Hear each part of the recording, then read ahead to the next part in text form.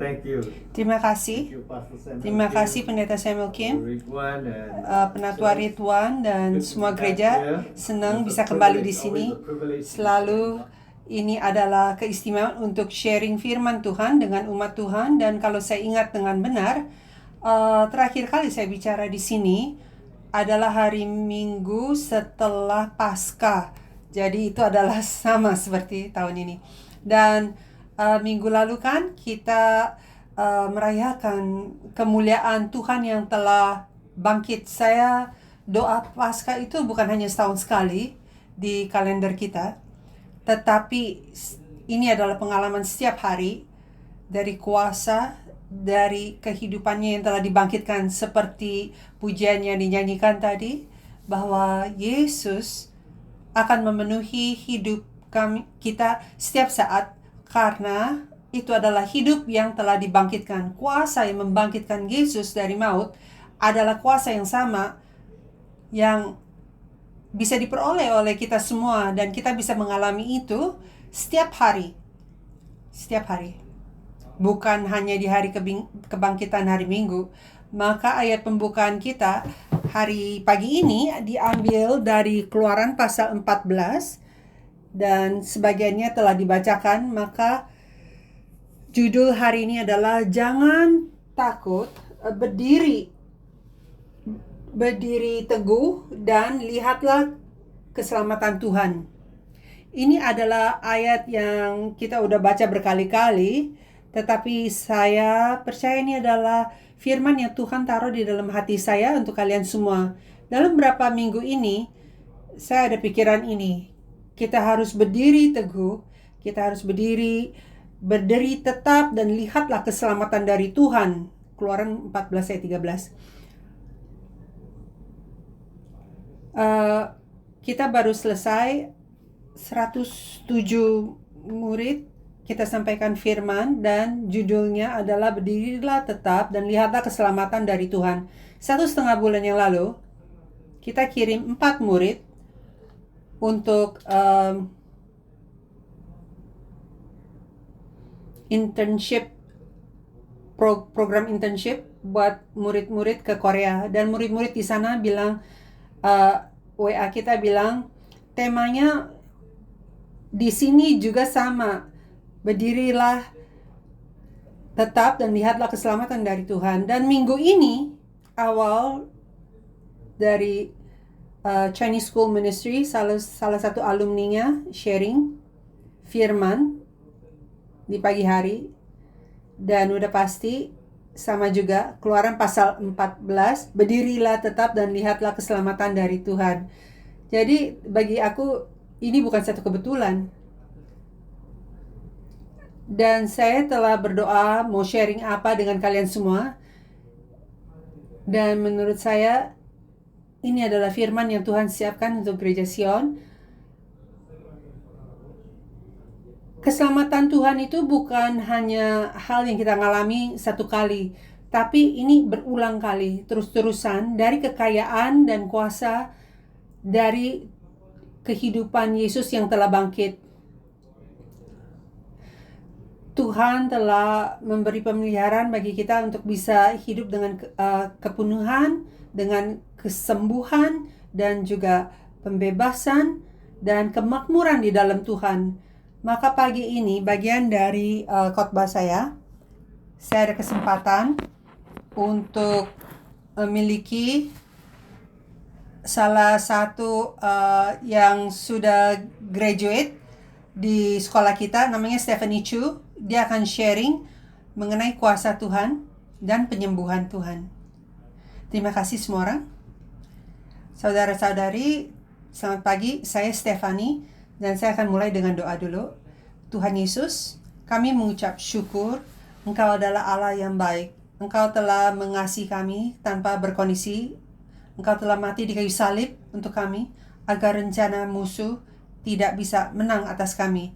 Saat saya saksikan kebaikan-Mu, tolong agar perkataanku adalah firman-Mu dan berbicara di dalam hati semua orang di sini, agar mereka juga mengerti hati-Mu untuk mereka. Dalam nama Yesus kami doa, amin.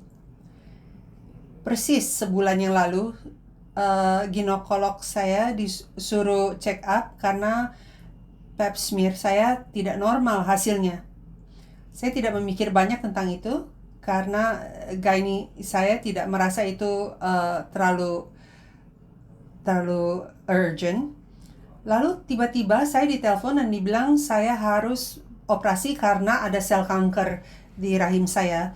Dan saya harus cepat-cepat mengangkat rahim biar sel kankernya tidak menjadi lebih ganas. Saya doa tapi hati saya damai karena waktu itu saya murid di Tungling Bible School dan saya benar-benar mengucap syukur untuk itu. Karena biasanya saya bakal panik dan biasa saya bakal pikir yang terburuk. Tapi karena saya di Tungling, Tuhan pelan-pelan ubah hati saya. Dan lewat Dinchu, dan lewat mimpi, dan lewat firman Tuhan bicara kepada aku. Tuhan datang dalam mimpiku di dalam saat aku kecemasan, dan setelah itu saya rasa damai. Dan ini tidak normal untuk saya. Biasa saya itu orangnya panikan. Jadi saya jadwalkan operasi saya hari Kamis tanggal 4. Tapi sebelum operasi saya, kurang lebih 4 hari sebelumnya, saya ketemu Dr. Frank for lunch dan saya sebut bahwa saya akan operasi. Suaminya dia adalah ginekolog juga, jadi dia udah biasa untuk melakukan operasi ini, tetapi dia suruh saya jangan operasi. Dan dia suruh saya tanya dokter lain lagi. Dia bilang, sering penyakit yang saya ada. Dan dengan waktu, sel kanker yang masih muda itu bisa hilang kalau saya jadi lebih sehat. Dan kalau itu menjadi kanker pun 10 tahun baru terjadi. Tapi nggak ada dokter yang kasih tahu saya itu sebelumnya. Hanya dikasih tahu mesti operasi. Dan dia suruh saya ke sebuah ginekolog, dokter, untuk ketemu dia esokan harinya. Tapi saya bilang dengan jujur, karena kepribadian saya bilang lebih baik dibuang aja semua sel-sel kanker yang muda pun. Kalau nggak saya akan terus-terus khawatir apakah itu akan satu hari jadi sel kanker beneran dan saya tidak mau. Tapi saya setuju untuk ketemu dengan dokter yang direkomendasikan. Jadi esokan harinya pagi saya ke gereja dulu dan mereka baca surat-surat permohonan dan saya merasa di saat itu sangat menjadi tambah kuat melalui kesaksian-kesaksian mereka dan saya doa untuk mujizat. Sebelumnya itu semua orang di sekeliling saya termasuk diri saya sendiri hanya doa agar operasinya lancar dan cepat sehat. Tetapi hari Sabtu itu sebelum saya pergi ketemu dokter, saya doa dan saya minta Tuhan untuk penyembuhan mujizat. Untuk semua sel kanker muda untuk hilang dan saya akan dinyatakan sehat sempurna agar saya bisa saksikan kebaikan Tuhan. Dan di siang hari itu, waktu saya pergi ke ginekolog saya, dokternya waktu dia scanning saya bilang, Stephanie, saya lihat tidak ada sel kanker muda di dalam rahimmu. Rahim kamu sudah total sehat. Dan saya sangat kaget dengan beritanya meskipun saya udah doa untuk mujizat itu. Karena 7 hari sebelumnya, saya dikasih tahu saya ada sel kanker muda dan saya harus operasi. Dan 17 hari kemudian, saya dinyatakan sehat sempurna. Dan saya sekarang tahu bahwa Tuhan telah utus saya, teman saya, untuk suruh saya ke dokter lain dan Tuhan menyembuhkan saya. Sebenarnya, saya bisa aja kan dioperasi dengan rahim yang sehat. Saya sangat kaget dan bingung dengan berita itu. Saya nangis. Tuhan kita itu sangat berkuasa dan kuat. Dan tidak ada yang mustahil bagi Tuhan. Esokan harinya, saya mau ke gereja, doa dan ucap syukur untuk penyembuhan itu, untuk mujizat itu. Saya ingin menjadi satu orang kusta yang kembali kepada Tuhan, bukan yang orang kusta yang lupa. Dan waktu saya doa, saya mendengar suara Tuhan sangat jelas. Saya cepat-cepat ketik dan saya tidak mau melupakannya. Dan Tuhan bilang, Stephanie, tahu gak sekarang bahwa saya bisa melakukan segala hal. Saya bisa menyembuhkan engkau, dan menurut saya ini tidak ada yang susah untuk saya. Saya bisa menyembuhkan kanker, dan saya bisa bangkitkan orang yang sudah mati. Dan waktu dia mengatakan itu, Pendeta Philip Lim, salah satu pengkhotbah di Tungling, cerita anak dia itu teringat di pikiran aku. Kamu bisa baca Sarah Lim Miracle dan melihat bagaimana Tuhan membangkitkan dia dari kematian. Jadi Tuhan bilang, jangan takut, karena musuh itu tidak bisa lakukan apa-apa, kecuali saya mengizinkannya. Tetapi tolong mengerti, di saat saya mengizinkan, saya sedang membantu kamu untuk bertumbuh. Percaya kepada aku di dalam proses itu. Sama seperti di Yeskiel pasal 47, saya itu sangat tepat untuk mengukur apa yang kamu bisa handle. Akan ada rasa ketidaknyamanan di saat kamu melakukan pekerjaanku. Kamu akan menjadi basah, tetapi jangan khawatir, karena kamu hanya akan merasakan damai dan sukacita di dalam proses itu. Kamu tidak usah sangat berusaha keras. Saya akan membuka pintu untuk kamu melakukan pekerjaanku. Kamu hanya harus bilang iya, dan saya mau kamu untuk bersaksi tentang kebaikanku di dalam hidupmu, agar orang lain bisa mengenal aku juga. Dan sangat luar biasa, karena dia telah membuka banyak pintu bagi saya untuk menyaksikan kebaikan dia, dan ini pertama kali saya melakukan hal seperti itu. Maka pujilah Tuhan.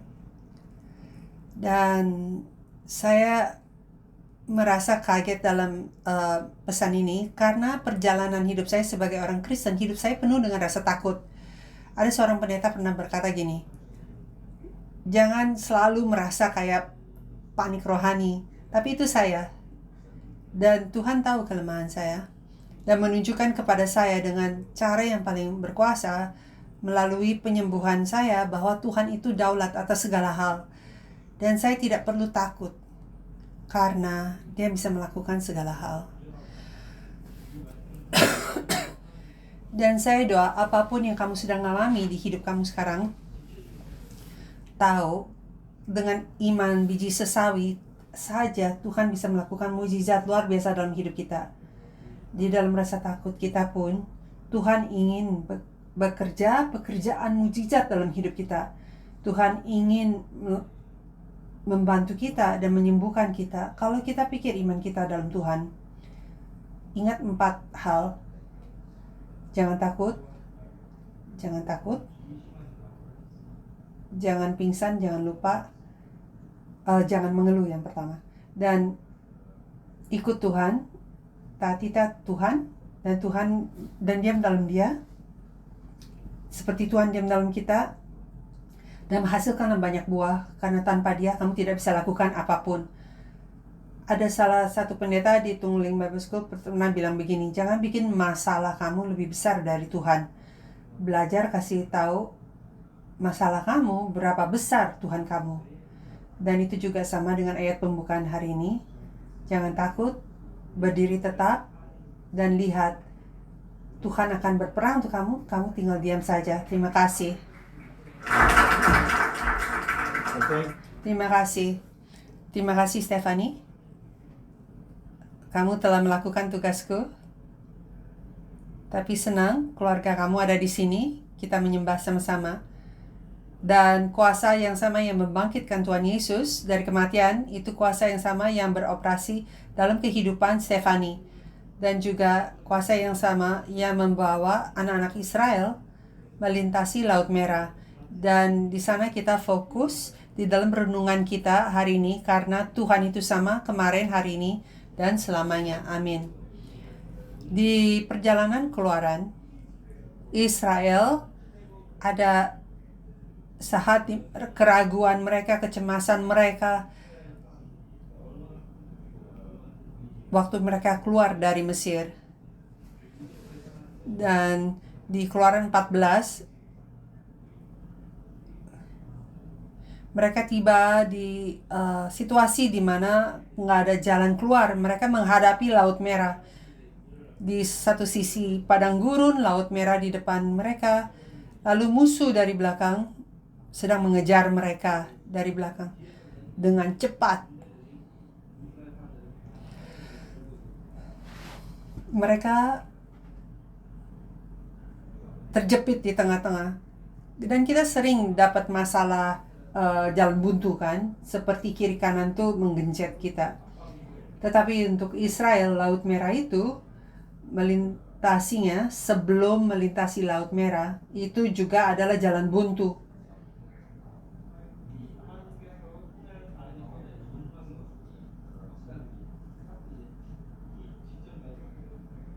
Apakah waktu itu mereka ada rasa takut? Udah pasti.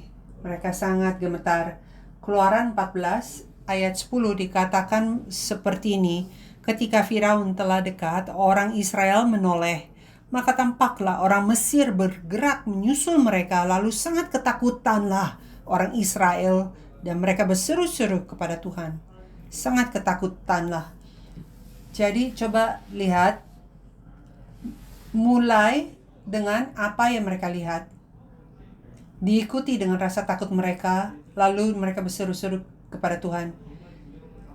Apa yang umat Israel melihat dengan mata mereka membuat hati mereka rasa takut dan membuat mereka gemetar. Kebenarannya adalah ini. Di mana mata kita melihat, disitulah fokusnya kita. Kadang belum lama ini ban mobil saya kempes, dan waktu saya inspeksi kelihatan ada paku yang ditanam dalam ban mobil saya, dan saya sangat marah karena paku itu 2-3 inci karatan dan bengkok, dan saya kesal sekali, saya nggak bisa melepaskannya. Saya mikir, siapa di dunia ini melakukan hal yang sangat jahat ini, menanam paku di dalam ban mobil saya. Saya ingin melaporkan itu kepada bagian sekuritas, bahkan ke polisi. Mungkin orang-orang nakal ini yang di apartemen kita atau tempat parkiran kita membuat banyak mobil itu kempes. Dan saya berpikir-pikir di saat itu, gimana kalau ada orang tidak sengaja injek paku ini? Itu kan bisa bikin penyakit tetanus. Tetanus itu infeksi yang serius yang bisa membuat otot kita tidak berfungsi. Dan siapa yang menginjak hal-hal yang karatan, kalau nggak cepat diinjeksi dengan obat tetanus, bisa ada kemungkinan mati loh. Jadi seriusnya seperti itu. Maka lebih saya pikirkan, saya menjadi lebih beremosi. Saya sangat marah dengan satu paku ini, dan benar-benar hanya fokus kepada paku yang 2-3 inci ini sampai saya lupa. Saya benar-benar lupa apa yang lebih penting adalah ban yang kempes itu harus diperbaiki. Saya hanya bisa melihat dan fokus kepada paku. Di mana mata kamu melihat, disitulah fokus kamu. Dan itu yang hal yang sama dengan Israel. Mereka menoleh melihat musuhnya mengejar mereka sampai mereka lupa. Mereka lupa bahwa Tuhan ada bersama mereka. Jadi daripada benerin matanya kepada Tuhan, mereka hanya melihat masalahnya. Daripada melihat penyelamatan dan keselamatan, mereka hanya bisa melihat dan bayangkan adalah prospek kematian. Waktu Israel melihat ancaman dari tentara musuh, itu membuat mereka panik. Mereka hilang semua pikiran untuk bisa berpikir dengan logika. Mereka itu menjadi panik. Dan mereka mulai menyalahkan Musa. Mereka bilang, Musa, bukankah kita udah kasih tahu biarin kita aja di Mesir, melayani orang Mesir. Musa, apakah karena tidak ada kuburan di Mesir, kamu bawa kita ke padang gurun ini untuk mati?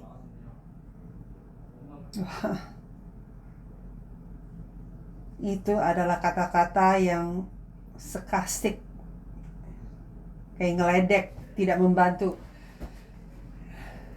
Di saat kuda-kuda itu lebih dekat, kuda perang, Israel itu sangat panik kan. Mereka seperti di jalan mati. Mereka benar-benar kehilangan, bingung apa yang mereka harus lakukan. Saya bisa bayangkan mereka itu seperti lari-lari kayak ayam yang kepalanya dipotong. Pernah lihat gak? Mungkin kalian tidak lihat, ini bukan zaman kita lihat ayam yang leher kepalanya dipotong. Tapi ayam kalau kita potong lehernya, dia masih lari-lari. Jadi Israel seperti itu. Mereka ketakutan, gemetar, dan ke Musa. Dan saya bisa bayangkan mereka teriak, Musa, apa yang kita harus lakukan? Lakukanlah sesuatu. Dan di saat itu Musa, mereka katakan ayat ini, jangan takut katanya. Berdirilah tetap, atau berdirilah teguh, dan lihat keselamatan Tuhan. Dan pagi ini saya ingin sharing 3 hal. Jangan takut, berdiri tetap, dan lihat penyelamatan Tuhan. Yang pertama adalah jangan takut. Berarti jangan takut lagi. Orang Singapura bilang no scared, jangan takut. Jangan takut ada alasan yang baik. Karena Tuhan mengontrol event-event dan situasi dalam hidup kita. Sama seperti Stephanie sharing tentang penyembuhan. Dan jangan salah,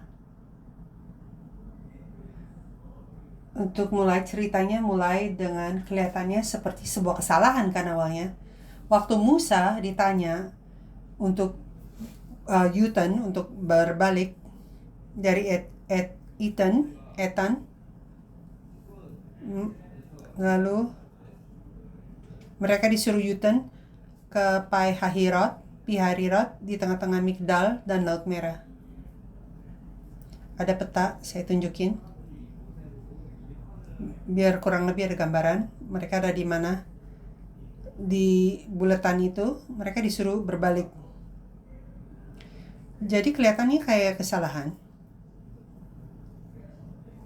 Satu hal lagi adalah kelihatannya bagi Firaun, Israel telah berbuat satu kesalahan besar dan hilang, muter-muter di padang gurun. Karena secara pandangan militer, lokasi di mana Tuhan suruh Israel berkemah itu tempat yang paling buruk. Karena di saat musuh datang menyerang dari belakang, tidak ada opsi untuk pulang balik. Mereka hanya menghadap laut. Dan seperti Firaun ini benar-benar ambil kesempatan ini. Dia kirim 600 kuda perangnya untuk mengejar Israel. Tapi jangan salah, Tuhan tidak membuat kesalahan. Karena Firaun telah dibuat untuk pikir bahwa Israel itu pasti bisa ditangkap dan kembali jadi hamba. Yang kedua, kita tidak perlu takut karena tujuan Tuhan tidak mungkin bisa dibengkokkan. Di ayat 4 dari Keluaran pasal 14, Tuhan bilang, Aku akan mengeraskan hati Firaun sehingga ia mengejar mereka. Jadi Firaun dan pasukannya akan menyatakan kemuliaanku. Kita udah tahu kan ceritanya. Sehingga orang Mesir mengetahui bahwa akulah Tuhan. Jadi Tuhan yang dimuliakan melalui seluruh event ini. Hal ketiga yang kita harus sadar, kita tuh tidak usah takut karena Tuhan akan bertindak sesuai dengan firman atau janji Tuhan. Apa yang dia janji dia pasti lakukan. Di ayat 13-14 dikatakan bahwa Tuhan janjikan kepada Israel bahwa mereka tidak akan melihat tentara Mesir lagi. Karena mereka semua kelelep di Laut Merah. Tidak akan mereka ketemu lagi. Tuhan janjikan Tuhan yang akan berperang untuk Israel demi mereka. Dan mereka hanya perlu diam saja. Dan Tuhan yang berperang. Sama seperti Firaun dan tentara Mesir belakangan, baru mereka sadar. Sangat menarik kalau kita balik baca pasal 14. Tentara Mesir itu akhirnya sadar bahwa Tuhan yang berperang untuk mereka. Mereka mau, pulang.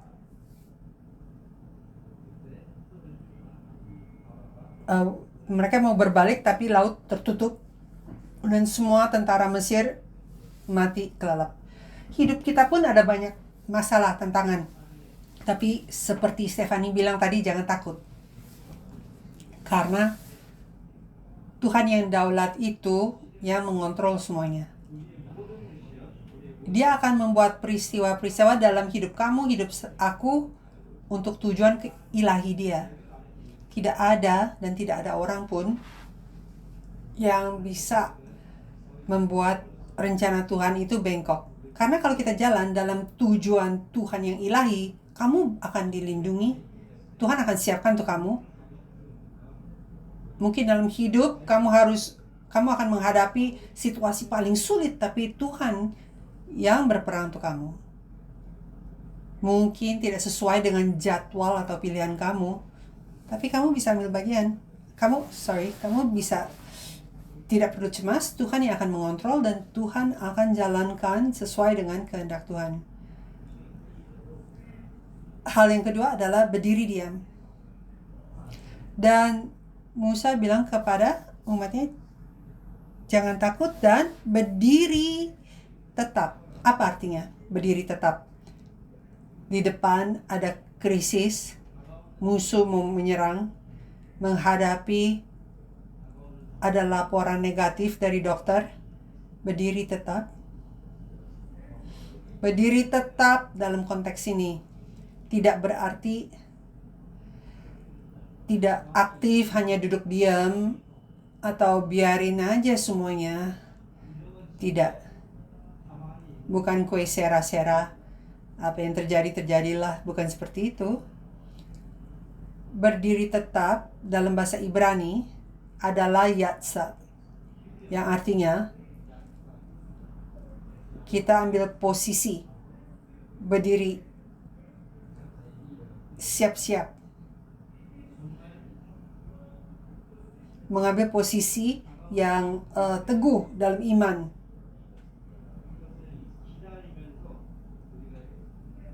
Ini artinya percaya kepada Tuhan, percaya kepada firman Tuhan. Jangan goyah dalam masalah itu. Tetap diam untuk mendengar dan tahu bahwa Tuhanlah daulat. Tuhan yang daulat. Di Mazmur 46 ayat 10 dia bilang, berdiamlah dan tahu bahwa aku adalah Tuhan. Jadi tenanglah dan tahu aku adalah Tuhan. Dan aku yang akan ditinggikan di antara bangsa-bangsa orang kafir, saya yang akan ditinggikan di bumi ini. Terjemahan hurufiahnya atau dalam bahasa Ibraninya adalah diamlah dan stop, berhenti untuk berusaha, dan pengetahuan, dan milikilah ketahuan bahwa Tuhan adalah Tuhan. Artinya nggak usah berusaha untuk menyelamatkan diri kamu sendiri. Akui bahwa Tuhan, hanya Tuhan yang bisa selamatkan kamu. Yesaya 30 ayat 15 katanya, pertobatan dan istirahat adalah penyelamatanmu. Dalam kediaman dan kepercayaanmu adalah kekuatanmu. Penyelamatan datang itu kalau kita bertobat kepada Tuhan. Artinya kita ganti pikiran kita. Izinkan Tuhan untuk melakukan pekerjaan penyelamatan. Dan kita bisa tenang.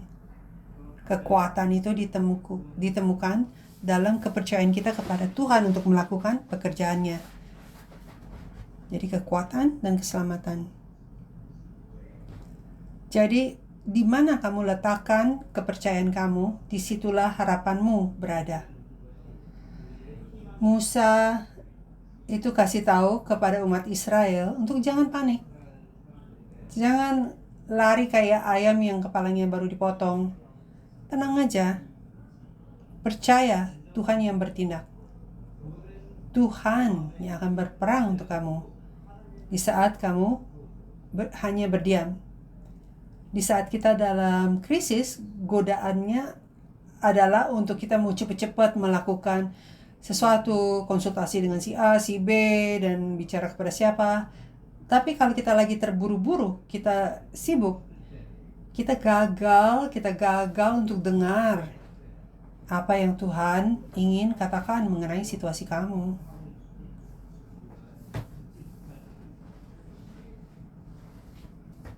Di dalam hidup kita kadang ada waktu di mana kita harus diam, tenang, dan tetap aja dan belajar dengar suara yang kecil, suara sepoi-sepoi, dan telah mendengarkan suara yang seperti sepoi-sepoi angin itu. Di ayat 15, Allah berfirman kepada Musa, "Kenapa kamu berseru-seru kepada aku? Kasih tahu untuk bergerak. Angkatlah tongkatmu dan angkat tanganmu di atas laut. Belalah airnya, sehingga orang Israel akan berjalan dari tengah-tengah laut di tempat kering."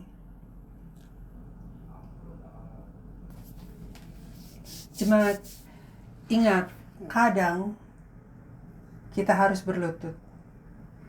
Kadang juga kita harus bangun dari lutut kita dan bergerak dengan iman. Setelah mendengar firman Tuhan, kita harus bertindak dengan iman, dan itu sebabnya Tuhan kasih tahu kepada Musa, udah jangan berdoa, tapi maju. Sekarang saatnya untuk kamu maju. Saya nggak tahu apakah kamu ada dalam situasi itu, tapi kamu percaya gak apa yang Tuhan katakan? Kamu hanya angkat tongkatmu dan kamu akan melihat laut terbelah. Apakah kita memiliki iman cukup besar untuk percaya bahwa laut itu bisa terbelah hanya dengan mengangkat sebuah tongkat? Mungkinkah kamu percaya itu? Di saat laut terbelah, jutaan kaki-kaki itu akan berjalan di atas tanah yang kering. Sebenarnya air itu sudah tertutup air untuk ribuan tahun, kan? Kadang lebih gampang untuk dikatakan daripada dilakukan. Tetapi untuk mendengar firman Tuhan, perkataan Tuhan, itu satu hal. Tapi untuk mentaatinya, itu hal yang beda. Ini adalah satu pergumulan. Dan saya bilang, Tuhan bantu saya untuk bisa membedakan. Untuk memiliki aman dan untuk bisa membedakan. Karena di saat kita dengar firman, iman kita tambah kuat. Karena iman datang dari pendengaran. Tetapi untuk bertindak, itu menunjuk iman yang berani. Menunjukkan iman. Seperti Stephanie, saya juga scanning kesehatan saya 11 bulan yang lalu. Saya di depan neurologi saya, dokter.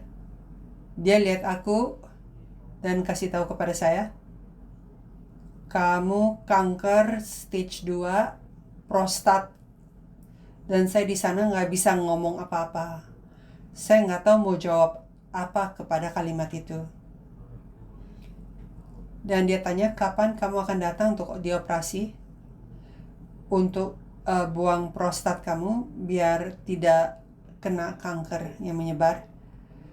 Saya nggak tahu langkah berlanjutnya apa. Saya hanya ingat, saya pikir ya hidup memang untuk mati. Saya bilang, dokter jangan terlalu cepat. Saya akan doa dulu dan tanya Tuhan. Dan mungkin itu hal rohani yang saya katakan di saat itu. Lalu saya pulang dan murid-murid semua bantu saya doa. Mereka doain saya. Dan 3 bulan kemudian saya memutuskan saya akan pergi ke onkologis. Jadi dia itu dokter spesialis prostat. Dan dia suruh saya ikut lab test ini itu semua. Dan di hari yang ditentukannya dijadwalkannya aku harus kembali ketemu dia. Dokter onkologisnya lihat hasilnya, lihat mata saya dan dia bilang, Philip, kamu ada terapi apa-apa gak untuk kanker kamu? Saya bilang tidak, saya tidak lakukan apa-apa. Lalu dia bilang saya ada kabar baik untuk kamu. Kamu sekarang sudah tidak ada kanker lagi. Karena laporannya yang ditunjukkan di layar sekarang.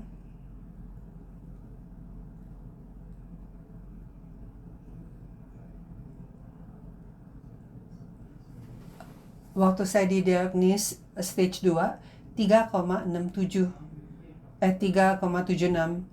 Tetapi setelah tes berikut yang saya ke onkologis itu, dia bilang saya nggak bisa jelaskan secara medis.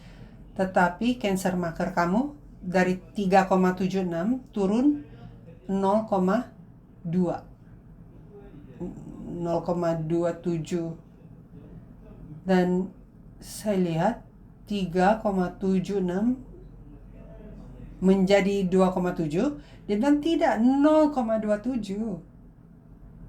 Saya keluar dari kantor itu, hati saya penuh dengan rasa bersyukur. Saya tidak bisa jelaskan. Saya tidak bisa menjelaskannya. Sama seperti Stephanie, hanya memuji Tuhan. Kebenarannya ini, kamu sama saya di saat kita di jalan buntu gitu, kita tuh bagaimana caranya? Mungkin kesehatan kita, mungkin kerugian, atau hubungan pernikahan gagal, atau apapun. Apakah kamu akan bisa berdiri tetap? Nah, izinkan Tuhan untuk bertindak lewat situasi yang sulit ini dalam hidup kita. Dan kabar yang baik adalah ini, Tuhan akan selalu bertindak. Tetapi tidak selalu sesuai dengan jadwal kamu atau pilihan kamu. Tetapi di saat kita mau berdiri tetap dan izinkan Tuhan untuk ikut campur dalam krisis kita akan bisa melihat penyelamatan Tuhan. Dan itu membawa saya ke poin yang ketiga, yang terakhir. Lihat penyelamatan Tuhan. Kebenarannya adalah ini, pilihan-pilihan yang kamu ambil dalam hidup kamu, itu yang memastikan takdir kamu tuh akan di mana. Takdir yang akhir itu semua kan dari pilihan-pilihan kamu sendiri. Musa, panggilan dia adalah untuk menuntun umat Israel kepada Tuhan. Dan Musa dengan setia melakukan itu, membawa Israel ke Tuhan. Tetapi Firaun benar-benar melawan hal itu. Melawan tujuan Tuhan. Meskipun Tuhan kasih banyak peringatan lewat malapetaka, tula-tula, tapi Musa tetap agenda dia tetap dijalankan untuk membebaskan umat Israel. Jadi Musa taruh diri dia untuk ini bukan Musa. Firaun bilang, siapa Tuhan ini? Saya nggak tahu Tuhan itu siapa. Dan saya tidak akan izinkan Israel untuk dibebaskan. Firaun benar-benar melawan Tuhan. Tuhan memanggil setiap kita kepada penyelamatannya. Di saat kita menjawab Dia, dengar ini, Dia akan membuat perbedaan antara orang yang adalah milik Dia dan mereka yang bukan milik Dia. Orang yang terima penyelamatan Tuhan dan orang yang menolaknya. Di Keluaran 14 ayat 19 sampai 20, perhatikan di sini, malaikat Tuhan dan tiang awan dan tiang api bergerak dari Israel dan jadi ke belakang umat Israel dan membuat pemisahan antara orang Mesir yang mengejar Israel. Tuhan membuat perbedaan. Jadi Israel itu ditentukan menjadi umat Tuhan. Mereka menerima perlindungan tiang awan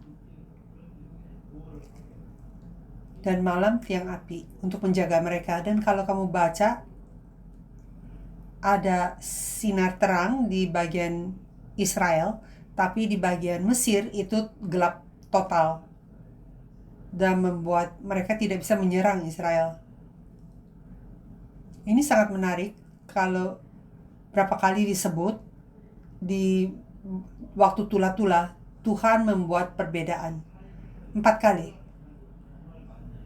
Dan di sini bisa lihat ayatnya di Keluaran 8 ayat 23. Waktu tula serangga, Tuhan bilang, saya akan membuat perbedaan antara umatku dan umatmu. Tanda ini akan muncul bahwa tula itu akan datang kepada orang-orang yang bukan orang Tuhan. Lalu tula yang kena ternaknya, Tuhan juga sekali lagi bilang, aku akan membuat perbedaan antara umat Israel dan umat Mesir agar tidak ada binatang tidak ada binatang yang orang Israel akan mati, ternak mereka. Lalu tula kegelapan di Keluaran 10 ayat 22. Itu gelap di Mesir, tapi di Israel ada terang di tempat mereka berdiam. Jadi kita harus bisa melihat bagaimana Tuhan membedakan orang Mesir dan orang Israel. Tuhan membedakan untuk orang-orang yang adalah milik Tuhan. Jadi pelajaran untuk kita adalah kita telah diselamatkan dalam Kristus. Kita dibedakan, sudah ditanda sebagai umat Tuhan yang dipilih. Kolose pasal 1 ayat 13, Tuhan keluarin kita dari kerajaan gelap menjadi kerajaan terang Tuhan yang luar biasa. Puji Tuhan. Agar kita, kamu dan saya, bisa hidup dalam terang Tuhan, agar kita bisa jalan dalam terang Tuhan, dan kita bisa ada di bawah kasih Tuhan dan perlindungan Tuhan. Berikutnya yang kita bisa lihat mengenai ini adalah penyelamatan adalah apa yang Tuhan bisa lakukan untuk kita, yang kamu tidak bisa melakukan untuk diri kamu sendiri. Jadi di dalam cerita ini kita melihat lebih dari perlindungan ilahi. Kita melihat Tuhan lakukan untuk Israel apa yang Israel tidak bisa lakukan. Israel sendiri tidak ada kuasa, total tidak ada kuasa terhadap tentara Mesir. Tidak mungkin mereka bisa melawan Mesir. Dan saya suka banget di Keluaran 14 di mana Tuhan bilang, Tuhan yang akan berperang untuk kamu duduk diam aja. Jadi Tuhan yang memberi penyelamatan. Dan Tuhan bahkan membuat kayak roda kereta kuda orang Mesir itu paku-pakunya untuk copot sendiri. Dan pelajaran untuk kita hari ini, apa yang kita tidak bisa lakukan, Tuhan akan lakukan untuk kita sebagai orang yang percaya. Di saat kita tidak ada kuasa untuk selamatkan diri kita sendiri, Tuhanlah yang akan selamatkan kita.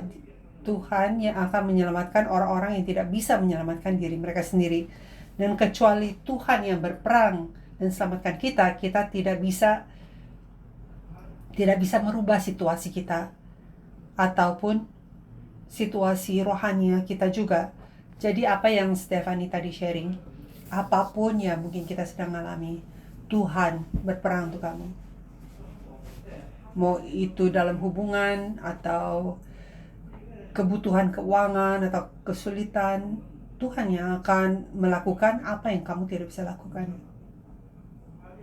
Penyelamatan datang dengan harga yang sangat mahal. Dan melintasi Laut Merah itu adalah saat dari pekerjaan penembusan Tuhan. Tapi ada harga yang dia harus bayar di Laut Merah. Pembebasan Tuhan membawa kebebasan di dalam kehidupan Israel, tetapi kematian untuk Mesir dan kehidupan untuk Israel.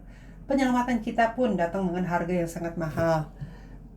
Kematian kepada sifat kita yang penuh dosa.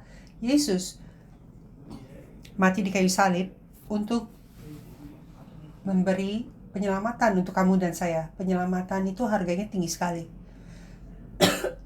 Di Laut Merah ada harga yang dia harus bayar untuk kebebasan Israel dan kematian dan penghakiman bagi orang Mesir. Itu semua ditanggung di kayu salib.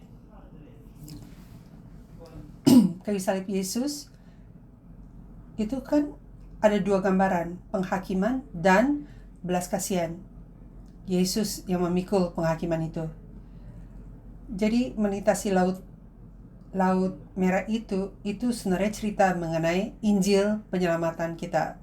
Setiap kita itu sebenarnya ada pilihan untuk melihat penyelamatan Tuhan di dalam hidup kita atau tidak. Kita harus pilih. Kita bisa pilih jalan Tuhan atau jalan tol, artinya meninggalin Tuhan. Israel ada kesempatan untuk nurut firman Tuhan atau hidup dengan ketidakpercayaan. Dan meskipun mereka banyak keraguan dan umat Israel itu pilih untuk jalan Tuhan. Jadi kamu tuh mau pilih seperti Musa di sisi Tuhan atau mau kayak Firaun yang mau melawan Tuhan. Firaun sebenarnya ada banyak kesempatan, cukup seringkali kesempatan untuk menyerah atau untuk melawan Tuhan. Tapi sedihnya Firaun itu berulang kali memilih untuk buang Tuhan dan injak-injak penyelamatan Tuhan. Kita tuh ada pilihan, seperti saya katakan, belas kasihan Tuhan, untuk mengalami belas kasihan Tuhan atau penghakiman Tuhan. Bahkan sampai akhir, Firaun itu tidak mau melepaskan umat Tuhan, tapi dia memilih 16 kereta kuda dia yang terbaik untuk mengejar Israel. Dan itu di Laut Merah, di saat belas kasihan dan penghakiman itu bertemu. Israel di sisi sana, penghakiman di sisi sini, di bagian Mesir. Yang satu dapat hidup dan kebebasan di Israel. Dan tantanganku kepada kalian semua, pilihannya dalam hidup itu kamu yang ambil pilihan itu. Garis pembatasannya adalah pilihan untuk nurut dan menyerah kepada Tuhan dan kepada tujuan-tujuan Tuhan, atau menolak dan melawan kehendak Tuhan. Apapun yang melawan tujuan Tuhan, kehendak Tuhan, itu di sisi yang jahat. Maka jangan buat kesalahan. Pilihan kita itu menentukan ketakdiran kita. Kamu pilih ketaatan dan pasrah kepada Tuhan atau melawan Tuhan. Kamu pilih dibebaskan atau tetap menjadi budak dosa. Kamu pilih untuk menerima belas kasihan Tuhan atau penghakiman Tuhan, murka Allah. Itu pilihan antara hidup dan mati. Saya pilih hidup. Saya nggak tahu tentang kalian. Doa saya adalah kamu juga akan memilih hidup. Amin. Mari kita doa sama-sama.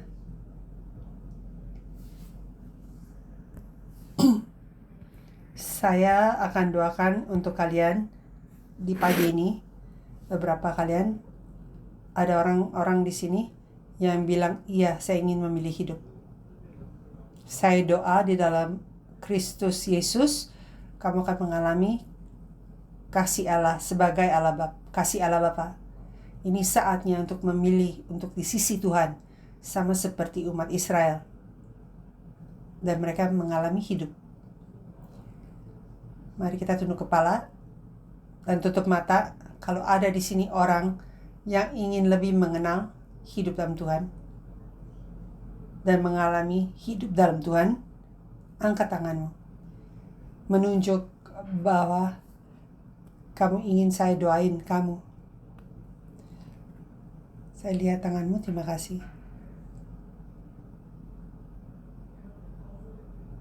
Ada juga di tengah-tengah kita, ada yang khawatir tentang apa yang kamu sedang mengalami dalam hidup. Saya juga ingin doain kamu. Dengan angkat tangan, kamu beritahu, ya, saya ingin kamu doain. Apakah ada tangan yang didoain? Maka saya akan doakan. Saya lihat tanganmu, terima kasih. Tuhan Allah Bapa, pagi ini saat kami berdiri di hadirat-Mu, kami mengenal bahwa di antara kami sini ada yang belum mengenal dan mengalami kasih-Mu, dan saya ingin doakan mereka. Saya ingin doa, Bapa, berikan mereka sumber hikmat dari Maha Tinggi agar mereka akan memilih hidup. Karena hidup yang pisah dari Engkau, karena sifat kami yang ada dosa ini, bukan hal yang Engkau inginkan dari kami. Maka pagi ini Bapa, demi orang-orang yang telah mengangkat tangan dan bilang, Bapa, saya memilih hidup, kami mengakui, kami butuh Engkau, tolong bebaskan kami dari dosa. Ampuni kami untuk dosa dan kami mengundang Tuhan Yesus dalam hidup kami. Agar kami bisa belajar artinya untuk memeluk Tuhan Yesus sebagai Tuhan dan Penyelamat kami. Maka saya hanya ingin doakan untuk orang-orang ini, mereka akan lanjut untuk mengalami apa yang Kau telah sediakan. Mereka akan dipulihkan dan ditebus. Tetapi kami yang ada di dalam keadaan kebingungan, kami tidak tahu apa yang sedang terjadi dalam hidup kami. Mungkin kita di jalan buntu dan mungkin kami butuh intervensi-Mu. Maka Tuhan, saya berdoa Engkau datang, jenguk kami, sama seperti Engkau bersama umat Israel. Tuhan, tolong lihat situasi kami, bantu kami agar kami mungkin ada masalah keuangan, hubungan, penyakit. Bapak, kami doa dalam kesedihan dan pergulatan ini, bantu agar mereka menemukan kekuatan dalam Engkau. Tolong masuk di dalam setiap situasi hidupnya dan membawa penyembuhan, kemenangan, dan kemenangan agar mereka bisa dipulihkan dan pulihkan kepada mereka sukacita penyelamatan-Mu. Maka saya mengucap syukur untuk pekerjaan-Mu di dalam hidup kami. Aku doa ini semua dalam nama Tuhan Yesus Kristus yang mati untuk kami semua dan telah bangkit dari maut. Amin.